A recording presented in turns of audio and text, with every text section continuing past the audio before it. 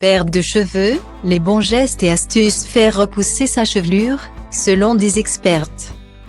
Le saviez-vous? Nous perdons environ entre 50 à 100 cheveux par jour.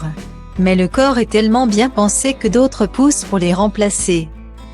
Malheureusement, la vie étant semée d'embûches, il est possible d'être confronté à des périodes difficiles, périodes de stress. Changements hormonaux, régime pas adapté, qui entraînent une chute de cheveux plus importante. Il existe plusieurs solutions pour inverser ce phénomène.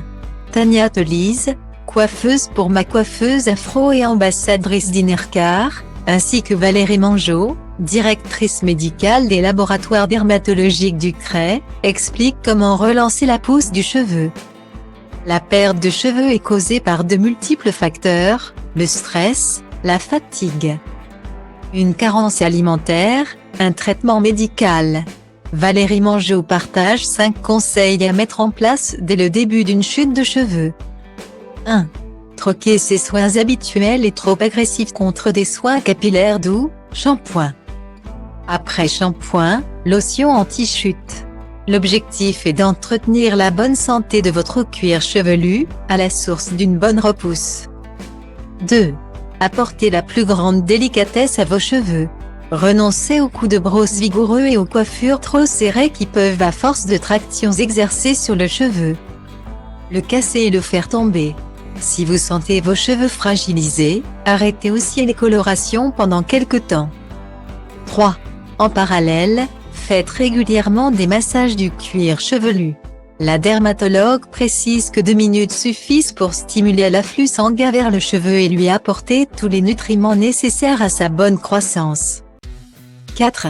Surveillez la composition de votre assiette. L'alimentation joue un rôle primordial dans la perte de cheveux. Pour rester en bonne santé et éviter de tomber, les cheveux ont besoin de vitamines et minéraux en bonne quantité. 5. Au changement de saison clés que sont l'automne et le printemps, commencez une cure de compléments alimentaires. Ceux à base de vitamines et minéraux peuvent constituer une bonne option thérapeutique additionnelle par leur rôle essentiel dans la physiologie du cheveu. Pour Tania Telise, le plus souvent, il faut utiliser des traitements sous forme de gélules à ingérer. Les compléments alimentaires sont une valeur sûre, ils aident à limiter les chutes et à booster le cheveu. Et pour cause, ils sont digérés par le corps avant d'aller dans les vaisseaux sanguins apportant ainsi plein de vitamines essentielles à la pousse du cheveu. La dermatologue précise que les cures de compléments alimentaires contenant des acides aminés soufrés, vitamine B, fer ou antioxydants sont une bonne idée. Être assidu, c'est bien, mais est-ce que les résultats sont au rendez-vous en choisissant les compléments alimentaires? Tania Telise confirme qu'au bout d'un mois il y a déjà une nette amélioration. Après, c'est aléatoire en fonction des personnes. Pour un résultat optimal et rapide, le mieux serait de faire les 2 traitements, compléments alimentaires et sérum, combinés pour vraiment se donner toutes les chances. Guillemets. La dermatologue partage une solution plus naturelle pour faciliter la repousse du cheveu. Pris sous forme orale, les extraits de plantes comme le Lespodosa capitata, en version granule homéopathique. Le chardon-marie et la myrtille sont des éléments naturels qui ont montré des effets bénéfiques sur la repousse.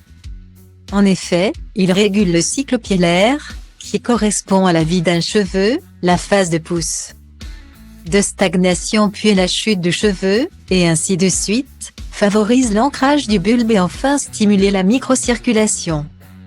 Tous essentiels à la bonne repousse des cheveux. La rédaction de Voici vous propose de vivre une expérience exceptionnelle avec ses marques fétiches lors de son prochain pop-up qui aura lieu les 2 et 3 décembre 2022 à Paris. Pour vous inscrire au tirage au sort et gagner vos invitations, rendez-vous ici.